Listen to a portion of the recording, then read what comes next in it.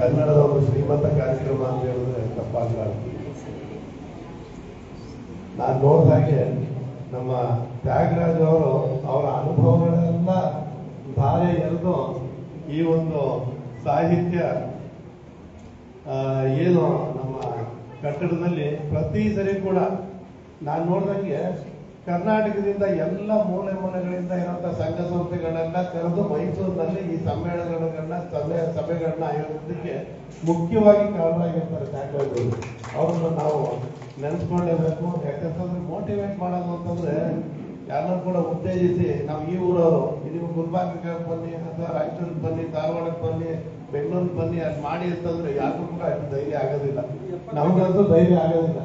ಆದ್ರೆ ಎಲ್ಲೆಲ್ಲಿದ್ದವ್ರನ್ನೆಲ್ಲ ಕೂಡ ಕರೆಸಿ ಇಲ್ಲಿ ಮೈಸೂರಿನಲ್ಲಿ ಈ ರೀತಿ ಕರ್ನಾಟಕದ ಇವತ್ತು ನಾನು ನೋಡಿದಂಗೆ ಚಿತ್ರದುರ್ಗದಿಂದ ಬಂದಿದ್ದಾರೆ, ಗುಲ್ಬರ್ಗದಿಂದ ಬಂದಿದ್ದಾರೆ, ರಾಯಚೂರಿಗೆ ಬಂದಿದ್ದಾರೆ, ಬೆಂಗಳೂರಿಗೆ ಬಂದಿದ್ದಾರೆ, ಮಂಡ್ಯದಿಂದ ಬಂದಿದ್ದಾರೆ, ಚಾಮರಾಜನಗರ ಎಲ್ಲ ಕಡೆಯಿಂದ ಕೂಡ ಕರೆಸಿ ಇಲ್ಲಿ ಮೈಸೂರಿನಲ್ಲಿ ಮಾಡ್ತಾರೆ. ಇದನ್ನು ಕೂಡ ಒಂದು ದೊಡ್ಡದಾದ ಒಂದು ಕೆಲಸ.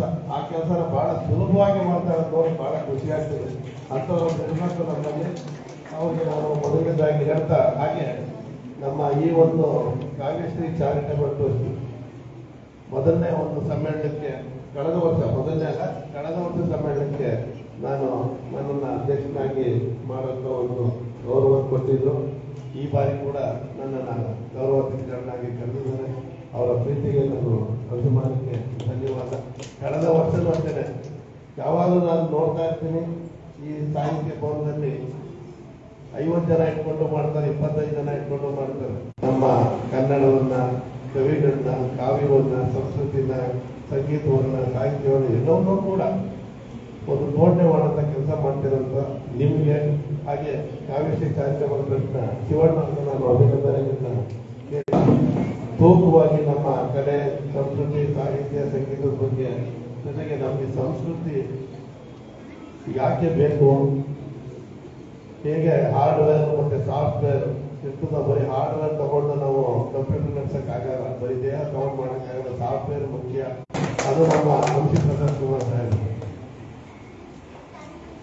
ಅವರು ಬರೀ ಪತ್ರಕರ್ತರಲ್ಲ, ಜನಪ್ರಿಯ ಪತ್ರಕರ್ತರು. ಸಾಮಾನ್ಯವಾಗಿ ಪತ್ರಕರ್ತರು ಜನಪ್ರಿಯ ಆಗೋದು ಬಹಳ ಕಷ್ಟ. ಯಾಕೆ ಅಂತಂದ್ರೆ ಅವ್ರದ್ದು ಒಂದೇ ಕ್ಷೇತ್ರ ಅಲ್ಲ, ಬರವಣಿಗೆ ಕ್ಷೇತ್ರ ಇದೆ, ಜನರಿಗೆ ಬೆಳೆಯುವಂತ ಕ್ಷೇತ್ರ ಇದೆ, ಪತ್ರಿಕಾ ರಂಗದ ಕ್ಷೇತ್ರ ಇದೆ, ಜೊತೆಗೆ ಎಲ್ಲ ಒಂದು ಹೆಕ್ಟಿಕ್ ಶೆಡ್ಯೂಲ್ ಅವ್ರದ್ದು ಎಷ್ಟದೆ. ಸೆಕೆಂಡ್ ಕೂಡ ಯೋಚನೆ ಮಾಡೋಂಥ ಇದರಲ್ಲಿ ಅವರು ಅಷ್ಟೊಂದು ಕಾರ್ಯಕ್ರಮಗಳನ್ನ ಅಟೆಂಡ್ ಮಾಡ್ಕೊಂಡು ಜನರ ಮಧ್ಯೆ ಜನರ ನಾಡಿ ಮಿಡಿತನ್ನ ತಿಳ್ಕೊಂಡು ಅವರ ಪತ್ರಿಕೆಗಳು ಈಗಲೂ ಕೂಡ ಕನ್ನಡ ಪ್ರಭಾವವನ್ನು ನೋಡಿದ್ರೆ ನಿಜ ಕೂಡ ಖುಷಿ ಆಗ್ತದೆ. ಆ ರೀತಿ ಯಾವ್ದಕ್ಕೆ ಪ್ರಾಮಿನೆನ್ಸ್ ಕೊಡಬೇಕು, ಯಾವ್ದು ಮಾಡಬೇಕು, ಆ ರೀತಿ ಒಂದು ರೀತಿ ಟಚ್ ಆಗೋ ರೀತಿ ಬರೆಯುವಂತ ಆ ಒಂದು ಶೈಲಿ ಇವೆಲ್ಲ ನೋಡಿದ್ರೆ ನಮ್ಮ ಅಂಶಿ ಪ್ರಸನ್ನ ಕುಮಾರ್ ಅವರ ಸಾರಥ್ಯದಲ್ಲಿ ಈ ಒಂದು ಪತ್ರಿಕಾ ರಂಗವೇ ಮುಂದೆ ನುಗ್ತಾ ಇದೆ ಅಂತ ಹೇಳಿ ಇವತ್ತು ಕೂಡ ಬಹಳ ಚೆನ್ನಾಗಿ ಹೇಳಿದ್ರು ನೋಡಿ. ಅವರು ಗ್ರಂಥಾಲಯದಲ್ಲಿ ಪುಸ್ತಕಗಳನ್ನ ಖರೀದಿಯನ್ನು ಸರ್ಕಾರ ನಿಲ್ಲಿಸಿದೆ, ಕವನ ಸಂಕಲನಗಳನ್ನ ಎಷ್ಟೋ ಹಿಂದೆ ನಿಲ್ಲಿಸಿದ್ರು. ಹೀಗೆಲ್ಲ ಆದ್ರೆ ನಮ್ಮ ಸಂಸ್ಕೃತಿ ಹೇಗೆ ಮುಂದಕ್ಕೆ ಬರುತ್ತೆ ಅಂತ ಹೇಳಿ ನಿಜವೂ ಕೂಡ ಬಹಳ ನೇರವಾಗಿ ಹೇಳಿದಂತ ಮಾತು ಎಲ್ಲರೂ ಕೂಡ ಗಮನ ಹರಿಸಬೇಕಾಗಿತ್ತು. ನಂತರ ನಮ್ಮ ರಾಜು ಅವರು ಮಾತಾಡಿದಂತೂ ನಮ್ಗೆ ನಿಜವಾದ ಮನಸ್ಸು ಒಳಗೆ ಹೋಗ್ಬಿಡ್ತು. ಆ ಮಕ್ಕಳ ಬಗ್ಗೆ ಮಾತಾಡಿದ್ದು, ಆ ಕರೆಂಟ್ ಇಲ್ಲದೆ ಮೊಬೈಲ್ ಅನ್ನು ಒಂದು ಫಸ್ಟ್ ಕ್ಲಾಸ್ ಹೊಂದಿರೋದು, ಜೊತೆಗೆ ಸಾಲ ಮಾಡ್ಕೊಂಡಂತ ಮನೆ ಬೀಗ ಹಾಕಿದಾಗಲೂ ಕೂಡ ಆ ಅಡ್ಮಿಷನ್ ಕೊಟ್ಟು ಆ ಮಗು ಕೂಡ ಫಸ್ಟ್ ಕ್ಲಾಸ್ ಬಂದಿದ್ದು ಇವೆಲ್ಲ ನಿಜವಾದ ನಮ್ಮ ಎಲ್ಲರೂ ಕೂಡ ಕಣ್ತರಿಸಂತ ಮಾತುಗಳು. ಯಾವ ರೀತಿ ನಡೀತಾ ಇದೆ ಹೊರಗಡೆ ಅನ್ನೋದು ನಮ್ಮೆಲ್ಲ ಗಮನಕ್ಕೂ ಕೂಡ ಬರುವಂತ ಮಾತುಗಳು. ನಾನು ನೋಡಿದ್ರೆ ಸರಗೂರಿಗೆ ಬಹಳಷ್ಟು ಸಲ ಹೋಗ್ತಾ ಇರ್ತೀನಿ. ಎದ್ರಿಕೋಟೆ ಸರಗೂರಿಗೆ ನಮ್ಮ ಲಯನ್ಸ್ ಕಾರ್ಯಕ್ರಮ ಇರ್ಬೋದು, ಅಲಯನ್ಸ್ ಕಾರ್ಯಕ್ರಮ ಇರ್ಬೋದು, ಅಲ್ಲಿ ಹಾಡಿಗಳನ್ನ ಮತ್ತೆ ಕಾಡ್ಲಂತೆ ನಮ್ಮ ಮಕ್ಕಳು ಅಲ್ಲಿ ಜೀವನ ಎಲ್ಲ ನೋಡ್ತಾ ಇದ್ರೆ ಈಗಲೂ ಕೂಡ ಇಂಥ ಜನ ಜೀವನ ಮಾಡ್ತಾ ಇದ್ದಾರೆ ಅಂತ ಅನ್ಸುತ್ತೆ. ಅಂತ ಹಾಡಿಗಳಿಗೆ ಹೋಗಿ ಆ ಮಕ್ಕಳು ಫಸ್ಟ್ ಕ್ಲಾಸ್ ಬರ್ತಾರೆ ಅಂತಂದ್ರೆ ನಿಜವಾಗ್ಲೂ ಕೂಡ ಇದೊಂದು ರೀತಿ ದೊಡ್ಡ ದೊಡ್ಡ ಸಾಧನೆ.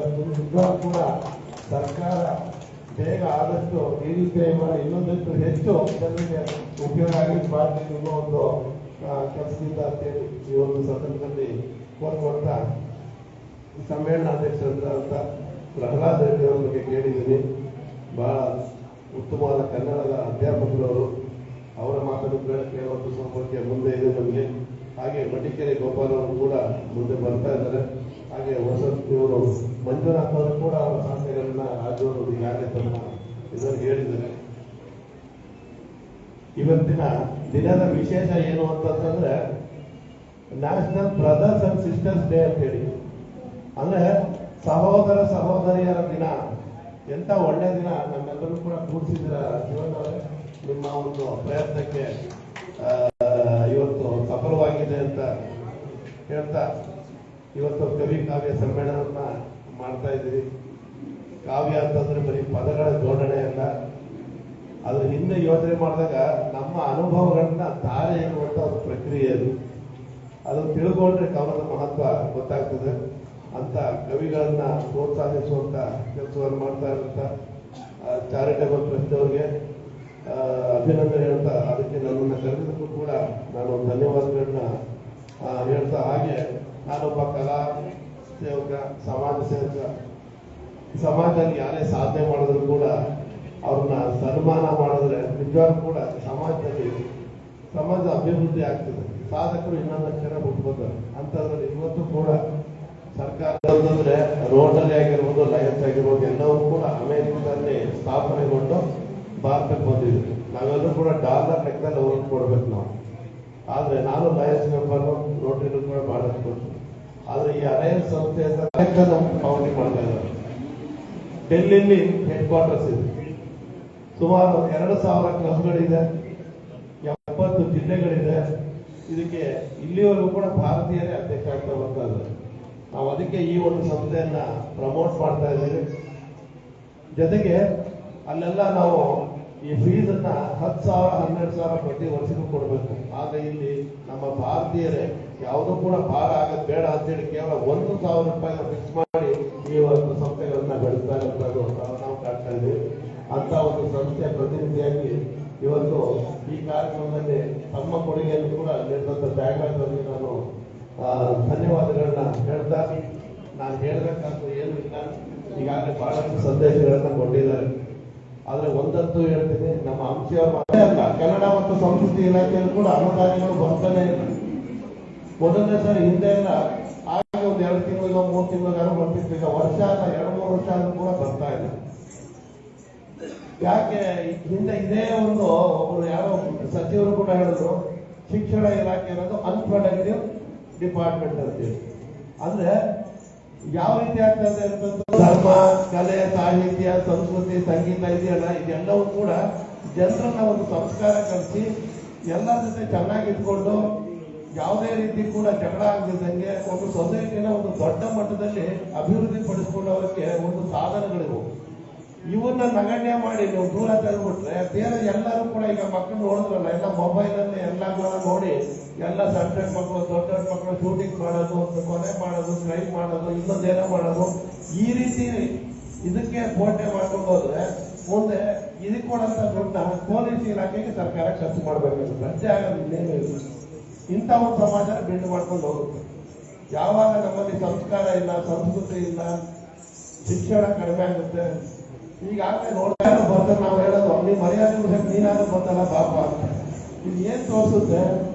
ಈಗಾಗಲೇ ಮದುವೆ ಆಗಕ್ಕೆ ಹುಡುಗಿಯರು ಕಡಿಮೆ ಆಗ್ಬಿಟ್ಟಿದ್ರು, ವಧುದಕ್ಷಿಣೆ ಕೊಡಂತ ಕಾಲ ಬಂದ್ಬಿಟ್ಟಿದೆ. ಈಗ ಬರೀ ಅವರು ಎಜುಕೇಟೆಡ್ ಆಗಿ ಎಲ್ಲ ಹೋದ್ರೆ ಈ ಹುಡುಗರ ಕಥೆ ಏನು ಅನ್ನೋದು ನಾವು ನಿಜವಾಗ್ಲೂ ಕೂಡ ಏನೋ ಅಂತ ಅಸಮಾನ ಬೆಳೀತಾ ಇದೆ ಅಂತ ಕಾಣ್ತದೆ. ಎಜುಕೇಶನ್ ಅನ್ನು ಹಾಗೆ ಆಗ್ತದೆ. ಯಾಕೆ ಹುಡುಗರು ಓದ್ತಾ ಇಲ್ಲ? ಆ ಹವ್ಯಾಸದಿಂದ ವಿಮುಖರಾಗಿ ಮಾಡ್ಲಿಕ್ಕೆ ಆಗ್ತಾ ಇಲ್ಲ. ಈಗಾಗಲೇ ಹೇಳಿದಂತೆ ಸರ್ಕಾರದಿಂದ ಕೂಡ ಒಂದ್ ರೀತಿ ಇಗ್ನೋರ್ ಮಾಡ್ತಾ ಇದೆ. ಬೇರೆಯವರು ಕೂಡ ಇಗ್ನೋರ್ ಮಾಡಿದ್ರೆ ಬರೀ ಖಾಸಗಿಯವರೇ ಎಷ್ಟು ಜವಾಬ್ದಾರಿ ತಗೊಳಕ್ ಆಗ್ತದೆ ನಮ್ಮ ಸಂಸ್ಕೃತಿ ಪೋಷಣೆಗೆ. ಇದೆಲ್ಲರ ಪ್ರಭಾವ ಈಗಾಗಲೇ ಕಾಣ್ತಾ ಇದ್ದೀವಿ. ಇದು ಒಂದು ನಮ್ಮ ಸಂಸ್ಕೃತಿ ಸಂರಕ್ಷಣೆ ಇದೆಯಲ್ಲ, ನಮ್ಮ ಬದುಕಿನ ಒಂದು ಭಾಗ ಅದು. ನಾವು ನಮ್ಮ ಸಂಸ್ಕೃತಿ ಸಂಸ್ಕಾರನ ಜನರಲ್ಲಿ ಮೂಡುತ್ತಿಲ್ಲ ಅಂತಂದ್ರೆ ಸಮಾಜದ ಒಂದು ಅಭಿವೃದ್ಧಿ ಆಗದೇ ಇಲ್ಲ. ಬೇರೆ ತರದಲ್ಲಿ ಡೈವರ್ಟ್ ಆಗೋಗುತ್ತೆ. ಮಕ್ಕಳನ್ನ ಕಾಪಾಡಕ್ ಆಗಲ್ಲ. ಈಗ ನೈತಿಕ ಶಿಕ್ಷಣ ಅಂತೂ ಮುಗ್ದೇ ಹೋಯ್ತು. ಮೊದಲು ಗುರು ಪರಂಪರೆ ಎಲ್ಲ ನೈತಿಕ ಶಿಕ್ಷಣ ಕೊಡ್ತಾ ಇದ್ರು. ಈಗ ಮಕ್ಕಳುಗಳಿಗೆ ದೊಡ್ಡವರಾದ್ರೆ ಕಾಲ್ ಮೇಲೆ ಕಾಲ ಹಾಕೊಂಡು ಕೂತ್ಕೊತಾರೆ. ಯಾವ್ದಕ್ಕೂ ಕೂಡ ಕೇರ್ ಮಾಡಲ್ಲ, ಬ್ಲಾಕ್ ಮೇಲ್ ಮಾಡ್ತಾರೆ. ಇದೀಗಾಗಲೇ ಜನರೇಷನ್, ನಮ್ಮ ಮಕ್ಕಳ ಜನರೇಷನ್ಗೆ ಬಂದಿದೆ. ಮೊಮ್ಮಕ್ಕಳ ಜನರೇಷನ್ ಯಾವ ರೀತಿ ಹೋಗ್ತದೆ ಅಂತ ಹೇಳಕ್ಕಾಗಲ್ಲ. ನೈತಿಕ ಶಿಕ್ಷಣ ಇಲ್ಲ, ಸಂಸ್ಕಾರ ಇಲ್ಲ, ಸಂಸ್ಕೃತಿ ಇಲ್ಲ. ಇವೆಲ್ಲ ಇದ್ದಿದ್ದಾಗ ಒಂದ್ ಬೀದಿಗೆ ಒಬ್ಬರು ಪೊಲೀಸ್ ಹಾಕೊಂಡು ಕಾಯ್ಬೇಕಾಗುತ್ತೆ ಅಷ್ಟೇ. ಇದೆಲ್ಲದಕ್ಕೂ ಕೂಡ ಅಂತ್ಯ ಅಂತಂದ್ರೆ ನಮ್ಮ ಒಂದು ಸಂಸ್ಕೃತಿ ಬೋಧನೆ ಆಗಬೇಕು, ಸಂಸ್ಕಾರ ಬರಬೇಕು, ಎಲ್ಲರೂ ಕೂಡ ನಮ್ಮ ನಾಡು ನುಡಿ ಬಗ್ಗೆ ಗೌರವ ಇರಬೇಕು. ಯಾಕಂತಂದ್ರೆ ಸುಮಾರು ಹೇಳ್ತಾರೆ ಕನ್ನಡದಿಂದ ನಮ್ಗೆ ಉದ್ಯೋಗ ಸಿಗ್ತಾ ಇಲ್ಲ ಅಂತೇಳಿ. ಆದ್ರೆ ಇದು ವಾಸ ಮಾಡ್ತಿರೋದೇ ಬದುಕ್ತಿರೋದೇ ಕನ್ನಡದಿಂದ ಅಂತ ಬಹಳ ಜನ ಗೊತ್ತಿಲ್ಲ. ಎಷ್ಟೋ ವರ್ಷಗಳಿಂದ ನಾವು ಚಿತ್ರ ಆಗಿ ಈಗ ಒಂದು ನಾಡಿನಲ್ಲಿ ಒಂದು ಬದುಕು ಕಟ್ಕೊಂಡು ಎಲ್ಲ ಅನುದಾನಗಳು ಬರ್ತಾ ಇದೆ, ಎಲ್ಲ ಉದ್ಯೋಗಗಳು ಸಿಗ್ತಾ ಇದೆ. ಇದೇ ಚಿತ್ರ ಆಗಿದ್ರೆ ನಮ್ಗೆ ಎಷ್ಟು ಸಿಕ್ತಿತ್ತು ಅಂತ ನಮ್ಗೆ ಯೋಚನೆ ಮಾಡಿದ್ರೆ ಗೊತ್ತಾಗುತ್ತೆ ಕನ್ನಡದಿಂದ ನಾವು ಎಷ್ಟು ಬದುಕು ಕಟ್ಕೊಂಡಿದ್ದೀವಿ. ಈ ರೀತಿ ಇಷ್ಟೆಲ್ಲ ಬಹಳಷ್ಟು ಮಾತಾಡುವಂಥದ್ದಿದೆ. ಅದರ ಸಮಯದ ಅಭಾವ ಕಣ್ಮುಂದೆ ಕಾಡ್ತಾ ಇದೆ. ಅದರಿಂದಾಗಿ ಇನ್ನೆಲ್ಲ ನಿಮಗೆ ಸಮಯ ಕೊಡುವಂಥದ್ದು ಬೇಕಾದಷ್ಟಿರೋದ್ರಿಂದ ನನ್ನ ಮಾತನ್ನ ಇಲ್ಲಿಗೆ ಕೊನೆಗಾಣಿಸಿ ಈ ಒಂದು ಸಮ್ಮೇಳನಕ್ಕೆ ಮತ್ತೊಮ್ಮೆ ಅಭಿನಂದನೆ ಹೇಳ್ತಾ ಎಲ್ಲ ಸಾಧಕರಿಗೂ ಕೂಡ, ಕವಿಗಳಿಗೂ ಕೂಡ, ಎಲ್ಲ ಸಂಸ್ಕೃತಿಯ ರಾಯಭಾರಿಗಳಿಗೂ ಕೂಡ ನಾನು ಅಭಿನಂದನೆ ಹೇಳ್ತಾ ನನ್ನ ಮಾತಿನ